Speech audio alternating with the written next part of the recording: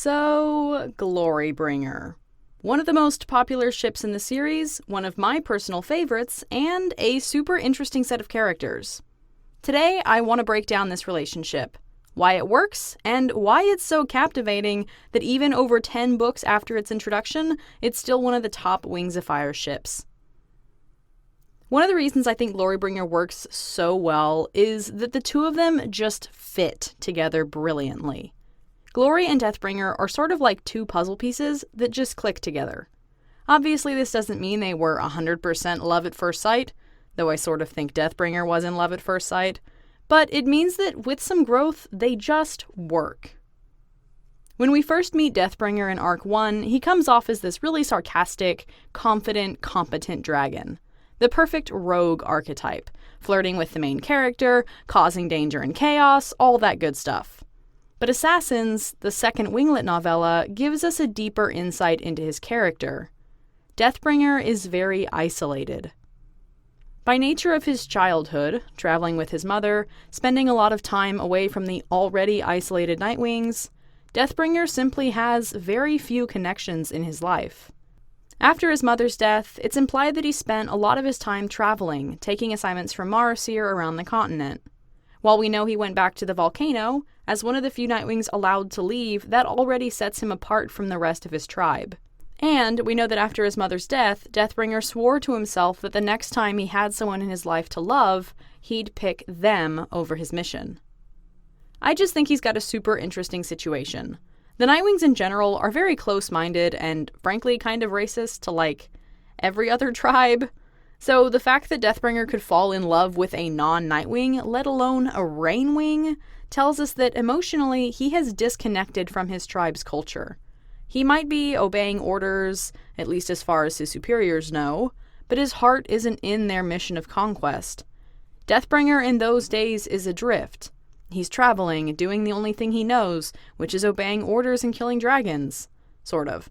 But he's also experimenting. He misinterprets orders, he bends the rules, he thinks outside the box.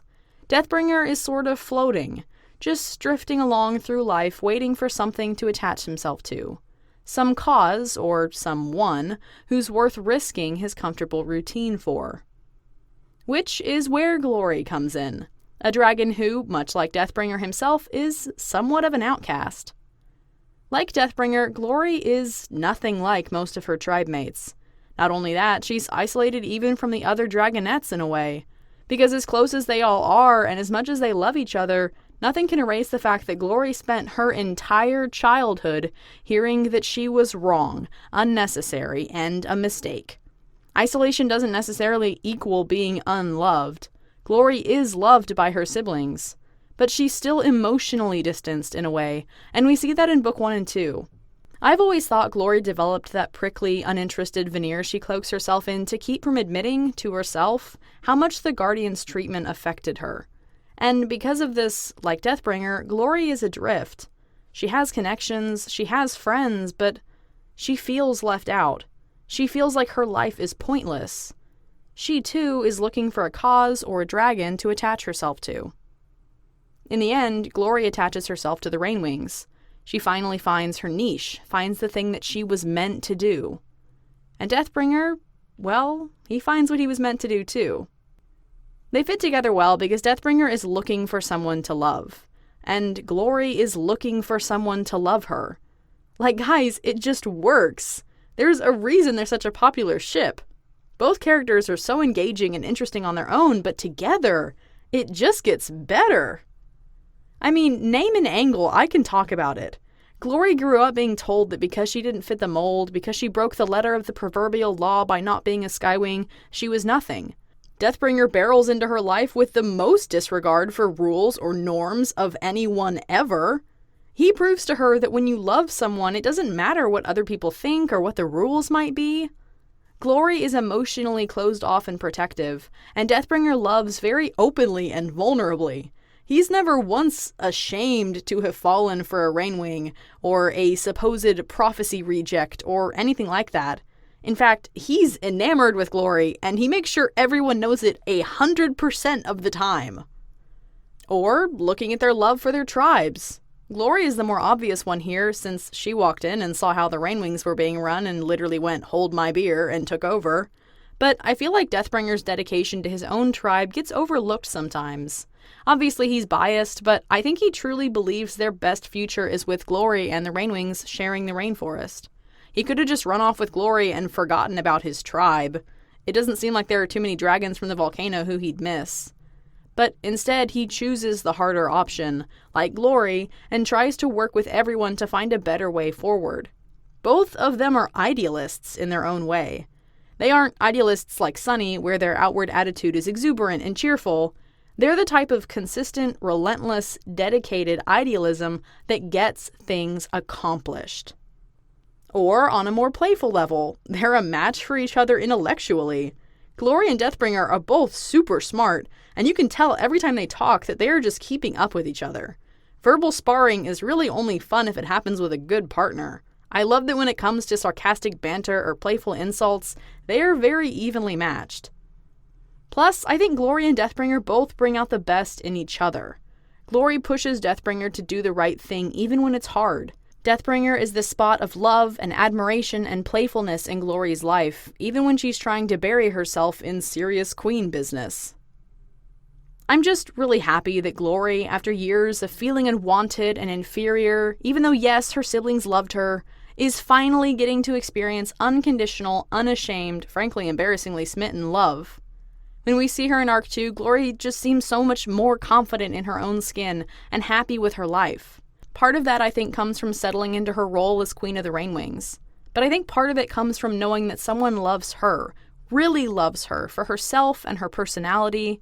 And Deathbringer seems happier too, less torn over hard choices and questions of loyalty. They're both complete, well-developed characters in their own right.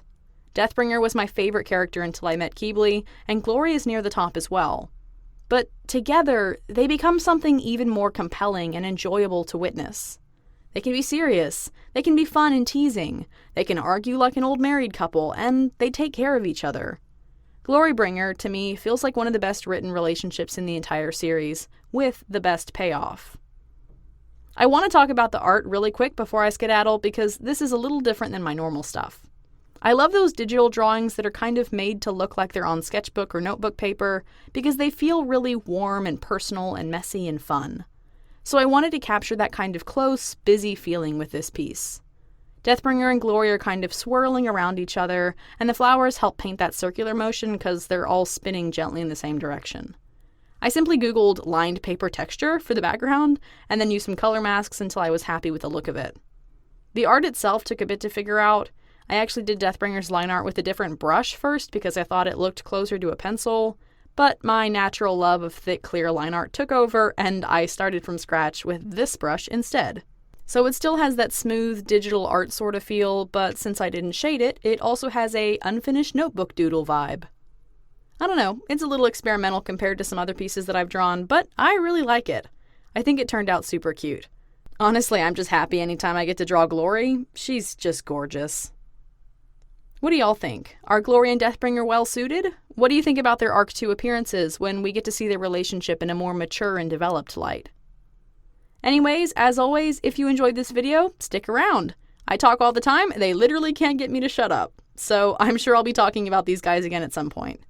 Feel free to leave a like if you enjoyed this video, and if you enjoy Glorybringer in general, I have some super cute keychains with the 2 of them available in my store. I kind of want to do a sticker or something with today's art. It's just so cute. I'm not sure what I want to do with it yet, so ideas in the comment section. If you're still here, thanks for watching, and as always, have a blessed day.